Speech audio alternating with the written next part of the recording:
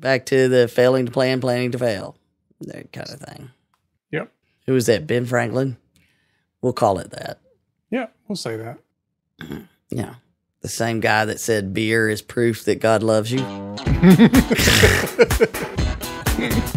You're listening to the Help Me with HIPAA podcast, where HIPAA and humor collide to make learning fun.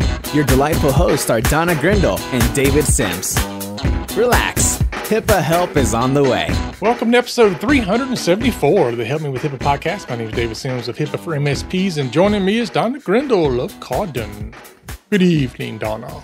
Good evening, Dave. Oh, it's not even our Halloween episode yet. But I know. We're getting ready. Getting ready for it.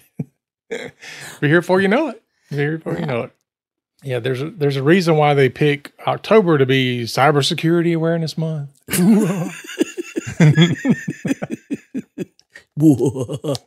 Yeah.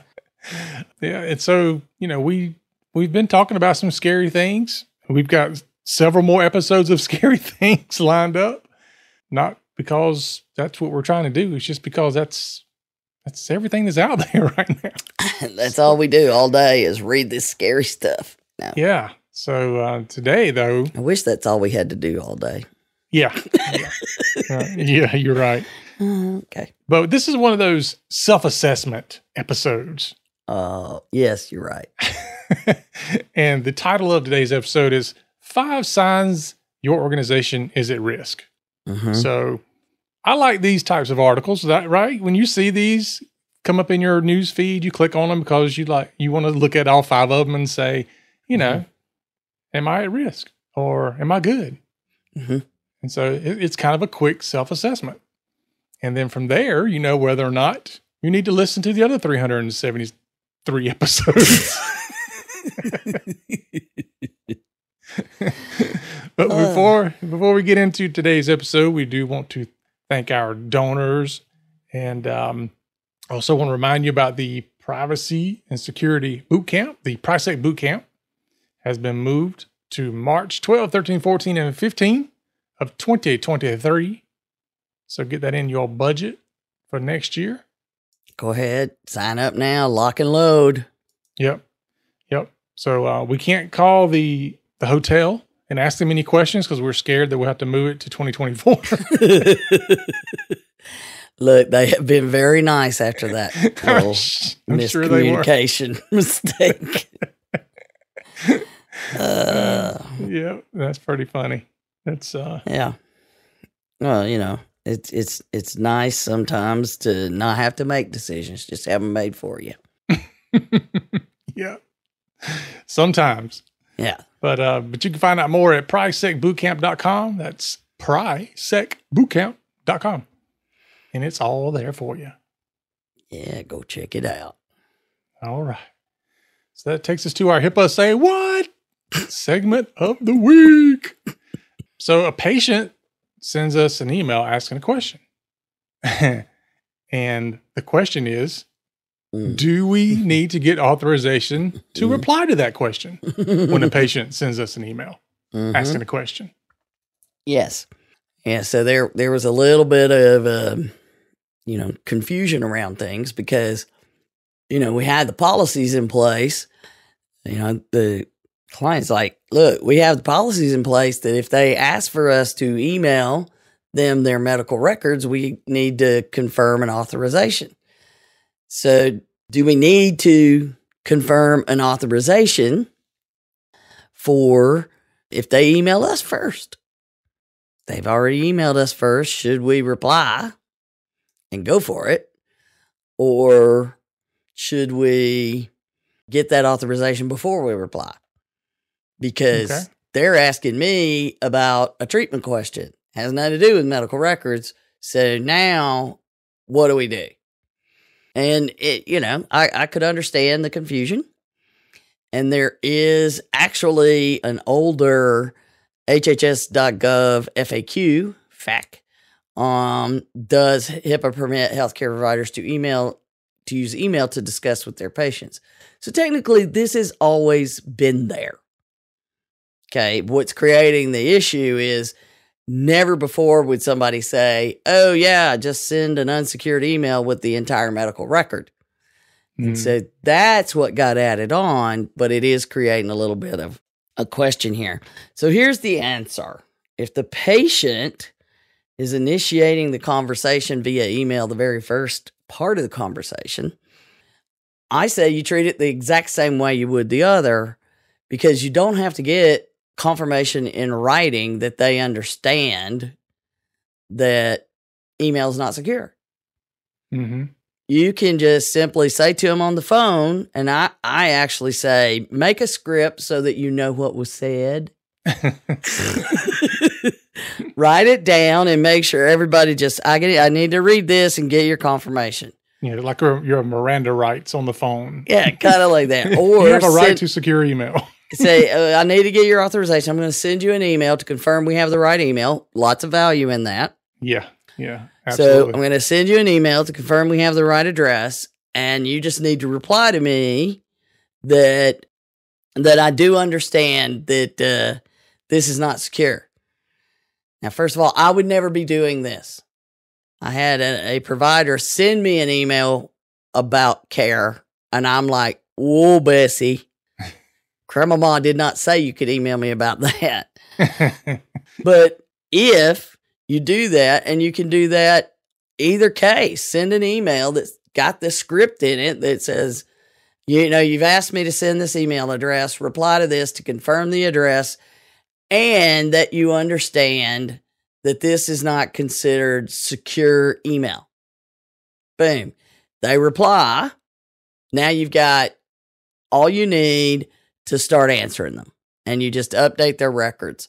And I recommend you say, until you tell us otherwise, we'll assume that as long as you're emailing us and telling us to use your email, you understand. Mm-hmm. If you want to stop doing that, then you need to let us know. So then you've got it documented on the patient's account. You just confirm they've confirmed, and off you go. You're good to go.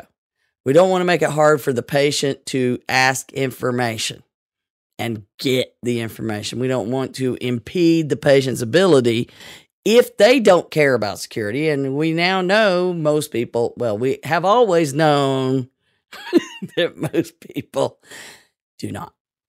So there you go. Yeah. They only care about the security that you implement to protect them, not that they should implement to protect themselves. Well, even when something happens, they blame somebody else. Yeah, you're right. Absolutely right.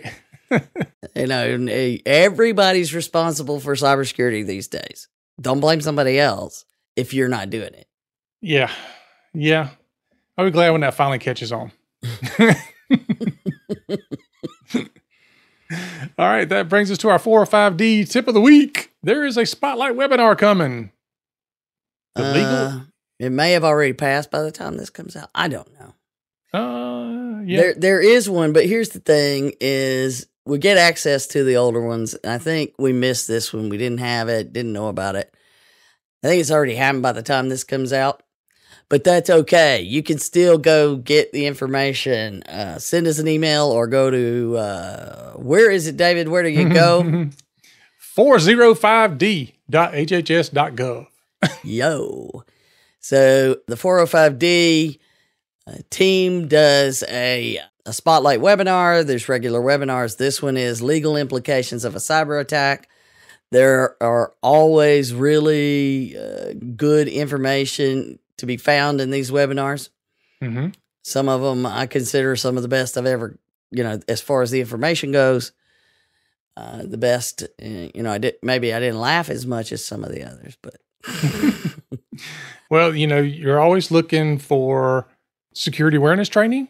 This is a prime chance to get a lot of that. You can take this, implement it into your security awareness training program. I would suggest you breaking it up. If this is an hour-long webinar, I'm sure they're going to throw out multiple points. So you can take that, break that up into a month-long, every single week, 5-minute topic easily. So, and this one is an important one because it's talking about the legal implications of a cyber attack. It's important for everyone to understand what that means. Yeah. So if you Absolutely. didn't catch it before, it was originally aired September 21st from 1 to 2. Make sure you sign up for the notifications because that's how you learn about them. Mm-hmm. We were slacking because we just assume everybody signed up, I guess. I don't know. But this was the latest one, and we do these webinars, and many more will be coming. So do not miss it. So All right, Donna. So tell us, what are the 5 signs? Oh, you want me to start with that? I thought we were going to kind of lead up to that. No, we are going to lead up to that. Okay. Well, isn't that part of the deal? If you just go ahead and start with it, you don't have any kind of we're going to build anticipation. We're going to build it to the climactic ending. Da, da, da, da. So this is stuff. It came out a while, but we just cannot keep up. There's so much. Clearly, we just talked about how we couldn't keep up. Now we can't keep up.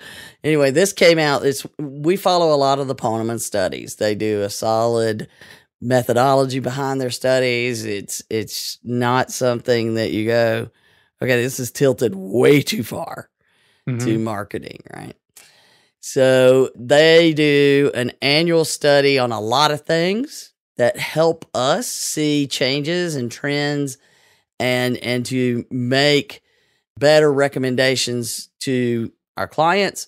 And one of the many that we follow is the cost of an insider threat, cost of an insider breach. And this is a global report. Occasionally they have ones that specifically target, say, healthcare. We did review one they had done that was just about healthcare. But the fact that this is the broader global evaluation, that's the most important thing is to look at, because that's where you're going to see the trends. Mm-hmm. That's where you're going to see the things that all of the small entities always say, it's not going to happen to me. Well, yeah, we got a little something to tell you about that. So they do it for the insider study. They do a period of couple of months where they're doing all these interviews, and this one involved 278 different organizations, over 1,000 interviews with IT and IT security practitioners in the organizations, discussing over 6,800 insider incidents. So, that doesn't take much math to see. There's more than one that happens at all those 278 instances. But if it's happening over there, you can count on it happening to you when it comes to this stuff. So, first of all, let's make sure we talk about what is, as far as this report goes, what do they look at as an insider threat? They have broken it down to careless or negligent insider. And when we say insider, don't think we're just talking about employees. Contractors, vendors, those kind of things that have the ability to access your systems, that's an insider. If you have given them access, they are an insider. They are supposed to be inside your network, and something goes awry. So you got those where an incident, and then you got the malicious insiders. Those are ones everybody thinks nobody's going to, I can trust all my employees, or they think I can't trust any employee. Nobody's right in the middle. And then you've got the cases of credential theft. And that's a tough one because the attack is technically done by an outsider, but the credentials they use are an insider's. Yep. Yeah, that's one of those cases where Johnny has access to all these records, and Johnny's logging in, and Johnny's accessing these records, but it ain't Johnny. And so how would you know that this is going on? And, there are technologies out there to help you figure this out. But, you mentioned earlier about people saying, well, it won't happen to me. My response to that is always, it's not a question of will it happen to you? The question is, will you even know it's happening to you? That's a pretty fair statement right there. So when I'm looking at that and we're looking at the different types, you first look at it and you go, well, okay, the most prevalent of the three types are the careless or negligent insiders. 56% of all these incidents of the 6,800 incidents had to do with careless or negligent insiders. Wow. Okay, so people make mistakes, or they get in a hurry, or they think they don't have to pay attention. So you got both. Mm-hmm. You know, I don't care. I'm in a hurry. I'm not doing the extra steps. That's just a PITA. And if you don't know what a PITA is, spell it and work that out like an ID10T. So next came criminal insiders at 26%. So, you know, you first look at that and you go, okay, well, if those are the top two, first glance, that's where I should put my efforts. Mm-hmm. Not on the credential theft. You know, at least try to limit it occurring or limit the blast radius if one does occur. But then you really start to think about it. And the credential theft that we mentioned, 18%. Well, that's not a huge amount until you add it to the careless or negligent. So what we're saying is that someone stealing the credentials or someone that has them being careless or negligent 74% of the time. Yep. And now you're dealing with things that everybody is doing, and you're not trying to nail a internal criminal, Mm-hmm. which so many people are. But that's only a quarter of the time that happens. So based on that, you know, to me, I'm saying let's focus on preventing those two problems, the negligence, carelessness, and credential theft. How can we prevent that? And then the criminal, we just got to know that's out there. Mm-hmm. But the other thing that it said was we're not getting any better at finding it when it happens. No. No. That's key. We always know the sooner you find it, the less damage, right? Mm-hmm. So last year it was 77 days to find it. Now it's 85 days. And only 12% were found and contained in 30 days or less. Like I was saying, it's not a matter of when, it's a matter of will you know about it? Will you even know? So, you know, you look at it, and that number, 85, is pretty high. And then when you even take it a step further and think that there's still 34% of the time. Mm-hmm. You know, almost 3 times the number of times that you find it in a reasonable amount of time, you find it greater than 90 days. Yep. So, huge. We're not finding them. And we know that it's insiders. So keep that in mind when you're finding out and deciding, particularly with incident response planning. Have we ever mentioned that on this podcast? I don't know that we've ever talked about incident response. Yeah, we just got to keep working on that, don't we? So when they look at an insider incident, regardless of what the root cause is, how much does it cost me? That's what everybody wants to know. That's a big chunk of your blast radius, right? Mm-hmm.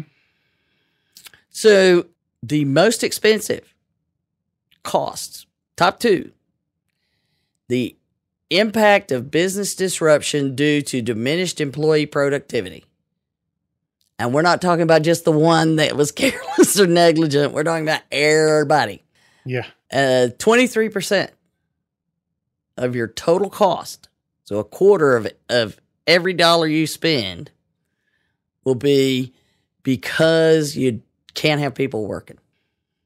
And as a business owner, I know you're able to see it like when back in the day when we all had an office If the power was out, the internet was down, and you look around, all you're seeing is people you're paying not to work. Mm-hmm. All I hear is ching ching ching ching ching ching, like the old gas pumps. Oh yeah. Just going. And then the next one at 21%. So between these two, you're looking at 44% of your costs. So roughly 50% of your costs, roughly, is the technology which your you're gonna need to give me that word, David. Amortization. Yes. Value and licensing for the software and hardware that you deploy in response to the incident. Yeah. So in other words, you having to buy stuff you didn't have. Right. Because you didn't want to buy it then. Yeah. You didn't get to spread the cost out. You had to slam it down, stroke that check right now. Didn't get to plan for it. Yeah. It reminds me of a friend of mine who recently called me from the hospital. Uh-huh. Telling me about all of his brush with death, basically.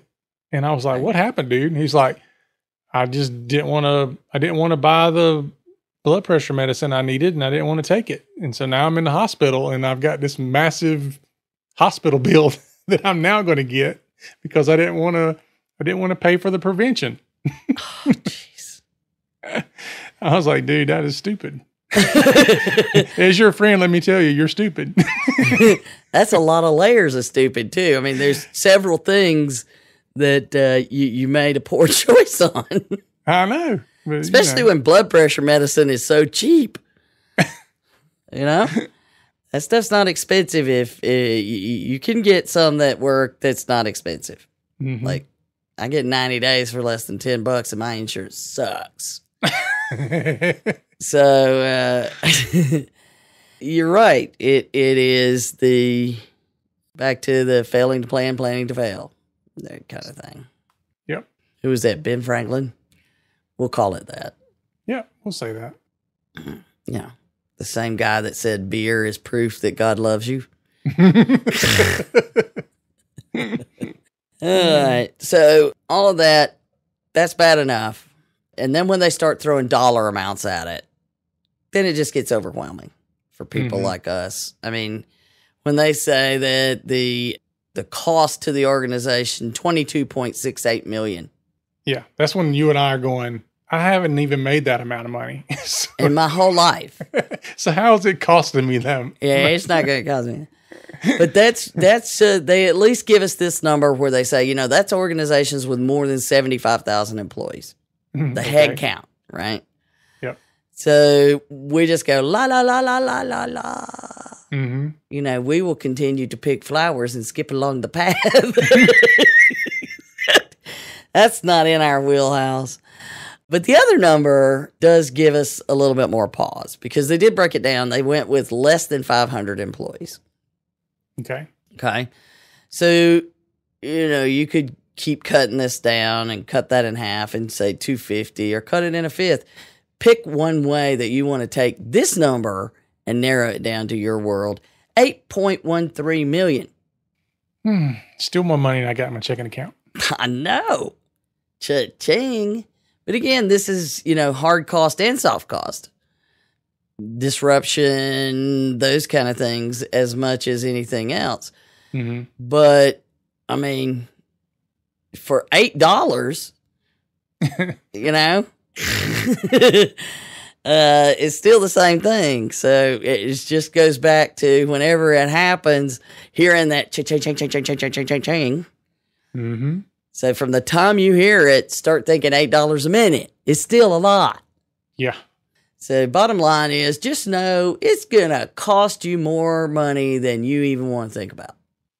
Yeah. And if you think your insurance is going to save you, Nah. you got another thing coming. It might help you, but the other problem is there's a high likelihood that the insurance that could help you is probably looking at you saying, you were supposed to do these things so that this didn't happen. Yeah, I mean, it wasn't that many episodes ago that we went through that. And yeah. What was it? Did you just see recently Lloyd's of London said, we're not going to cover nation state attacks. Yeah. Yeah, we talked about that. And, we don't know who's going to determine that. And that's the scarier part. Well, yeah, we just talked about the cyber war and how much of it is, the nation states like North Korea attacking so they can make money. Mm-hmm. Right? They want the money.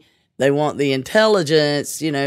People just don't understand that. Maybe I can't get national secrets from you, but I can get some moolah to help me get the national secrets. Mm-hmm. Cha-ching, cha-ching, cha-ching. But here's another thing. Email is a necessary evil. We know it. We've had episodes about it too. Mm-hmm. We talk about it all the time on the show. Everybody tries to find the email killer. I'm not going to worry about that till I actually see something making headway. Well, the bigger issues with email is that I don't think it is used the way it was ever intended. Like nowadays, it's not just I use it for email. You use it for perpetual storage as well. I mean, trust me, I do the same thing. I can find an email you sent me 5 years ago because it's still sitting in my email. Oh, I can go back further than that. It's in my archive at least. Yeah, right. But it's, you use that stuff that way. And you've got, for example, I had an organization contacted me about a year ago. They had a breach to their 365 account because somebody gave out their credentials. And so I asked them, I said, do you know if you have PHI or PII in your accounts? And they were like, blink, blink. Yeah. Which, my default response is there's an extreme likelihood you do. Right. If you don't know it, yeah, then it likely is the case. But there's tools that can go in and look for things like that. But, typically by default, yeah, you're going to have stuff like that in there. It sits in there. You don't get rid of it. And people have this misconception that, I've got encrypted email or my email's secure. Well, that's not going to do you any good if somebody has your credentials and they're logging in as you. If you can see it, they can see it. Yep. And that whole assumption that everything's okay. Yeah. Bye-bye. It's gone. I love the ones that call me and go, I just out of nowhere the other day, I got an email that says something about resetting my password. I don't know where that came from. I just ignored it. I'm like, what do you mean you just ignored it? Somebody had to kick off a password reset. It means they're probably sitting in your email account waiting on that email to come in so they could reset your password to something. Well, wouldn't they lock me out of my email account? No, because that would key you in to them being in there. When they're ready, they will. Yeah. Oh, you'll know it when they're in there because you won't be anymore. Yeah. But yeah, it's the email thing is something else. And my experience is that people don't understand it to the degree that they also don't understand why they need to protect it.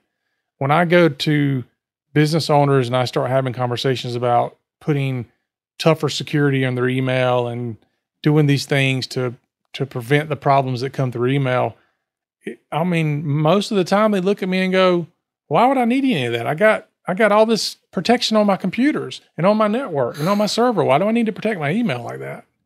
Just,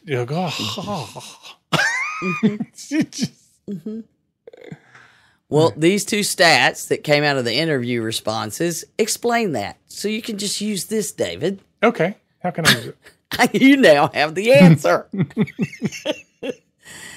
Most sensitive data is in an employee's email account. That's what I said. 65% of respondents say email is where employees store their most sensitive data, such as PII and intellectual property, as well as other critical business information. 65%. Yeah. Store it there. Keep it there. I don't think there's anything like that. Even as old as mine. You might be able to find some really old something, but I don't think so.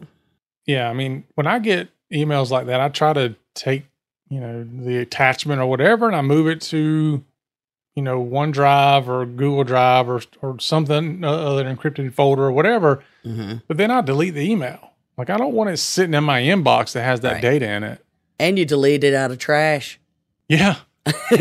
Yeah. But not only that, but if you've got services that's copying, backing up your email, where's that going? Yep. There's so many layers of questions that people don't even think about. Yeah. So you've got what's in there. Mm-hmm. And then you've got the malicious insiders use email to steal data. Mm-hmm.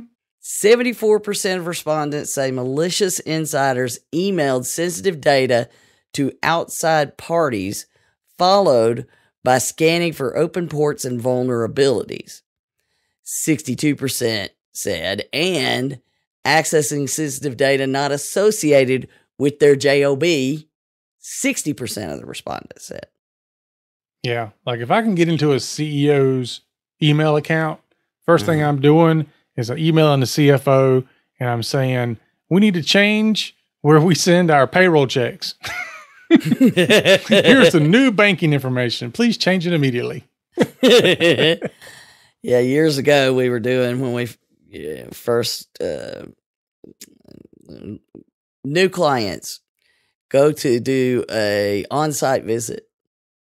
It's a pretty big group, big organization, multiple locations. Our guy goes in and finds where all the, C-suite offices are. I've been able to do this too. Go into a place, find every doctor's office and administrator's office all in a row, right? Mm-hmm. Walked up and down, went in every one of them. And in that particular case, he was able to take a picture of the email on the CEO's desk. Like, made sure he didn't get like anything important, but took a picture showing I could have done a lot of stuff. And no one ever saw him. No one ever talked to him the whole time he was in that area. And amazingly, like by the end of the day, they had a new policy about locking doors on either end of that hallway. Yeah. The days of the open door policy are over. Mm-hmm. You got to get a pass. You got to get a pass. So that whole report, and we have links to it. It was funded by Proofpoint, but Ponemon says, look, I will do it the way I see fit. I've seen him speak about how he does these things. And I can tell you that picture they always show of him on all of the promotional stuff was made a long time ago. But they always say, look, you're not going to tell me how to skew this report. You can tell me what you want to find out, and I will give you the answers. Mm-hmm. So the report is loaded with a lot of other stuff. I'm going to encourage you, if this information is something you can use, there's a ton of data in there. And sometimes when you read these, you have no idea that you could use things. This is one of the tidbits that I picked because it so often matters and we hear it so many times. What is the number one business driver behind the Insider Threat Management Program? For those people who are now remember, all of these folks had incidents, a lot of them. Number one driver, a past incident at somebody your peer organization, or your organization.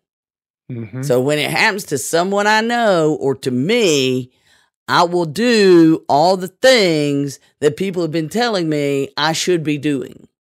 Yeah.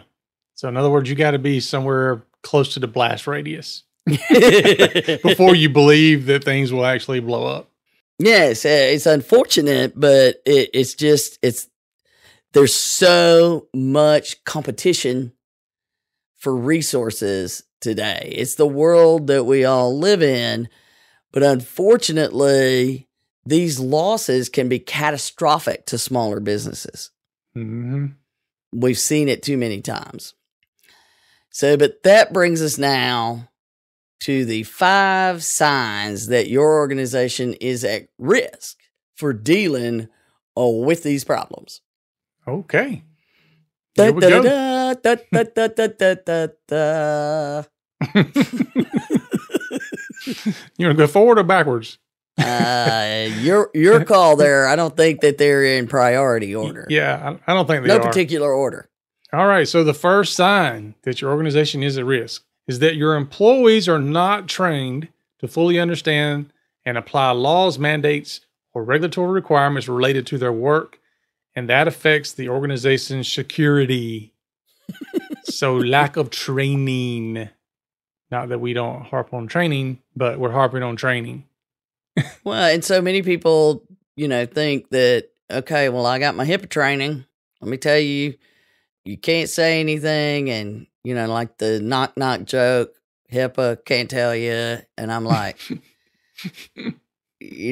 that really isn't helpful. Along the lines, that's kind of like the hippo and the tutu training, the hippopotamus training. Mm-hmm. But, Murphy the hippopotamus, whole different ballgame. People are like, seriously? Okay, yeah. I am saying seriously because I don't want you to say pee-pee in HIPAA. Yeah. There is a PP in HIPAA, but it's not the one we're talking about. We found that somewhere one day. There is a HIPPA that was never passed. It was never passed, never implemented, but there is one. During all of the discussion and disagreement about what HIPAA covers. Yep. All right. So number 2, your employees are unaware of the steps that they should be taking at all times to ensure that devices they use, both company issued and BYOD, bring your own device, make sure they are secured at all times. So what should they do all the time to make sure they're secured all the time? They don't know. Yeah. Wait a minute. That goes back to training. Oh. Yeah, I think it does. All righty. Yeah. It's fascinating.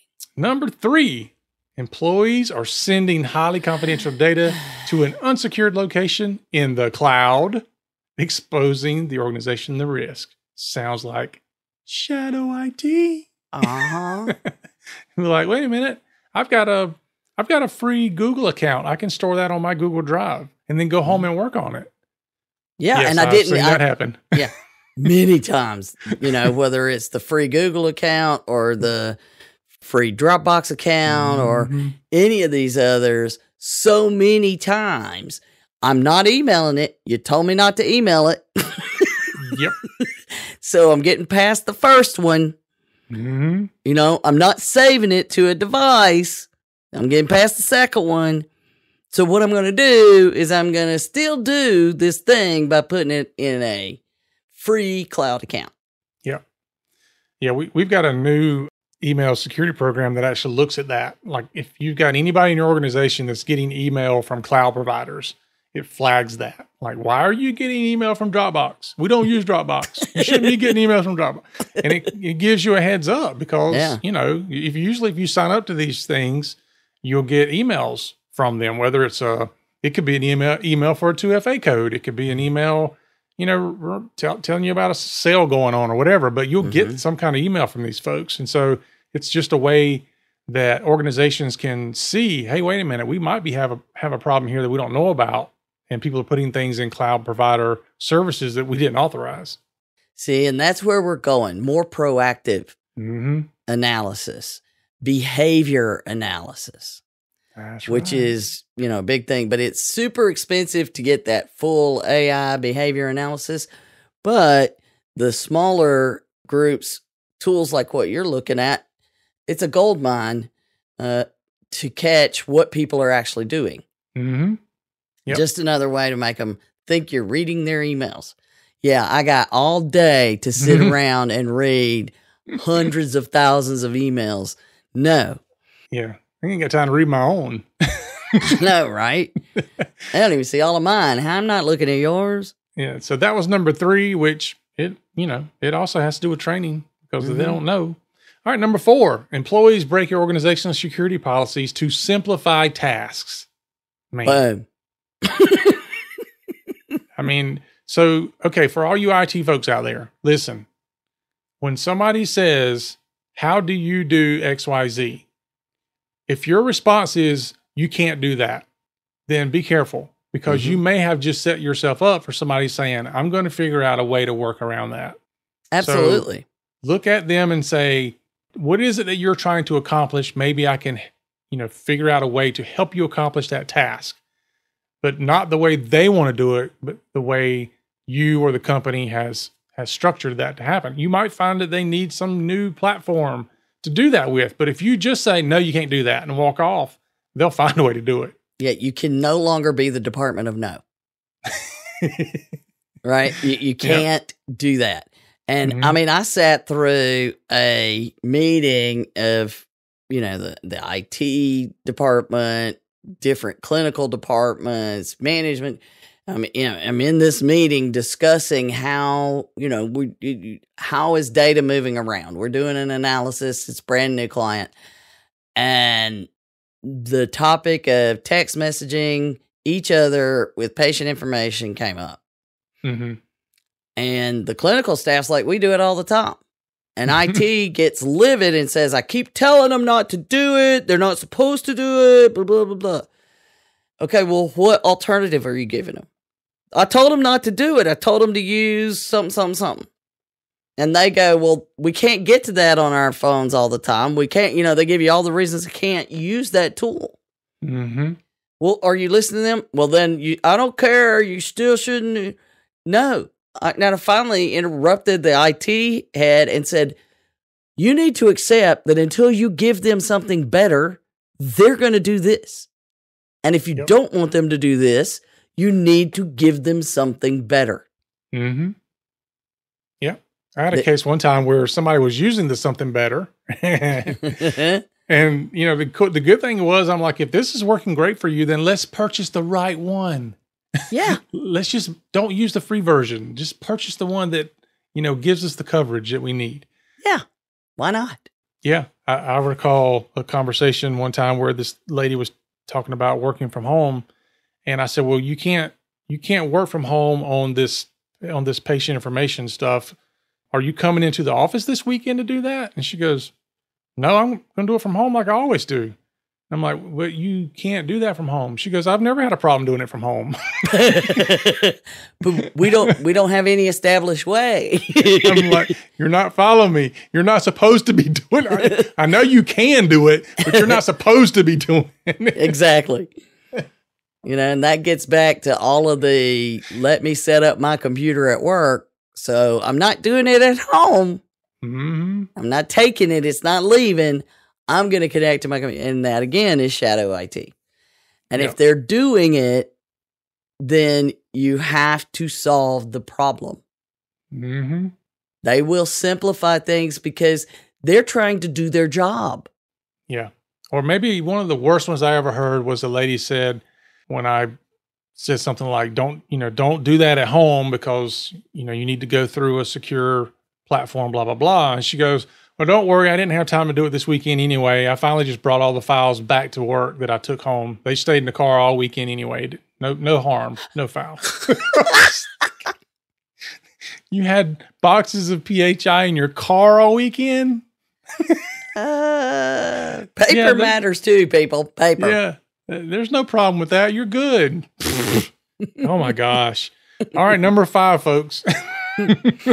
Employees expose your organization to risk if they do not keep devices and services patched and upgraded to the latest version at all times. Patch management. Yep. And that's hard. It's a simple word, and IT folks throw it around all the time. We sell patch management, but very seldom are they patching everything that you're using. No, I mean, if they're not monitoring every single device that has access somehow, and that's the BYOB D devices, the medical devices, all of these things have to be dealt with, and I can assure you that ain't happening. Yep. And then when you have software that's, oh, I'm sorry, you can't upgrade to version 20, you got to stay on version 12 because anything above 12 breaks it. Oh yeah. Oh, that is torturous. So there's a lot of issues with this one thing, and this is where you don't want to take number 5 and run around and start just patching everything. No, you might need a cause plan. yourself, you might cause yourself a lot of headache. But you definitely want to get your IT people involved to say, what are we doing as far as patch management of everything? What is and is not involved in patch management? You might be shocked to find out what is not. And that's not a slight against MSPs. I mean, we do the same thing in my MSP. I do not upgrade and patch everything in every client environment. I can't. But they need to understand what I am doing and what I'm not doing. And they can figure out how they want to handle the rest of it, or I can help them figure it out or whatever. But I'm doing them a disservice if I come in and go, don't worry about it, we've got patch management. No. No. You need to be clear. Yep. Who's patching what? Sound like a good Back song. to who's zooming who. Who's patching what? All right, folks, that's our show for today. If you enjoyed today's show, please share it out. Get us some more people up in here to listen to us. Yeah. Do some reviews, subscribe, share it out. All that stuff matters. Yep. It's how people find us. Sure enough. We'll just consider it your payment for a job well done. All right, folks, for Donna and myself, remember, HIPAA's not about compliance. It's about patient care. You've been listening to the Help Me with HIPAA podcast, hosted by Donna Grindle and David Sims. The show created to help you with HIPAA.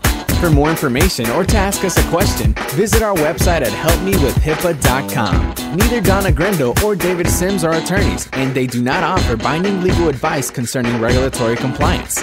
The information in this podcast should not be relied upon or construed as legal advice in any way. Consult your attorney for legal advice concerning compliance with HIPAA regulations.